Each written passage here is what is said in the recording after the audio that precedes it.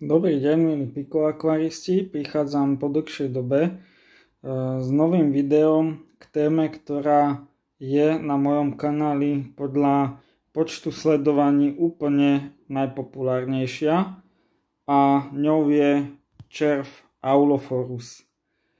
História sa troška opakuje, tak ako prvýkrát, tak aj tentokrát ma požiadal kamarát, rybičkár, aby som mu skúsil troška podržať Aulophorusa, po prípade, že jeho kolónie by vyhynuli. Tak prečo nie? Rád sa hrám, rád experimentujem a na túto výzvu sa teším. Túto nádobu som založil minulý týždeň v nedeľu, čo je 6 dní, a za ten týždeň sa viac menej tam nič nedialo. Nebolo čo natáčať a dnes pri kontrole som si všimol, že červy sú veľmi aktívne, živé, krmia sa a kolónii sa začína dariť. Nadviažem na video to najpopulárnejšie, v ktorom som otváral nádobu po možno 2 týždňoch nič nerobenia a červom sa veľmi darilo.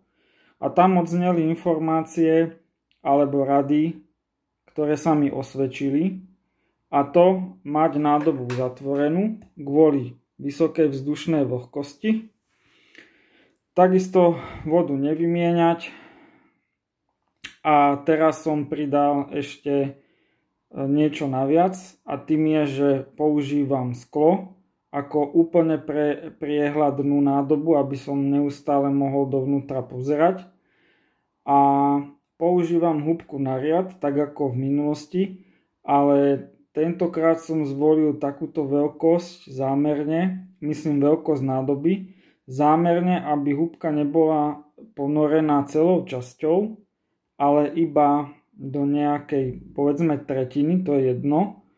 A chcem odsledovať to, v akej časti tej húbky sa Aulophorus bude pohybovať, zdržiavať. Či to bude tá časť ponorená pod vodou, alebo na úrovni hladiny, a tým, že húbka vodu aj nasiakne do tých vyšších častí, či sa bude Aulophorus pohybovať v tých komórkach húbky aj mimo vodnej hladiny. Takže to je taká zábavka, ktorú chcem teraz odsledovať.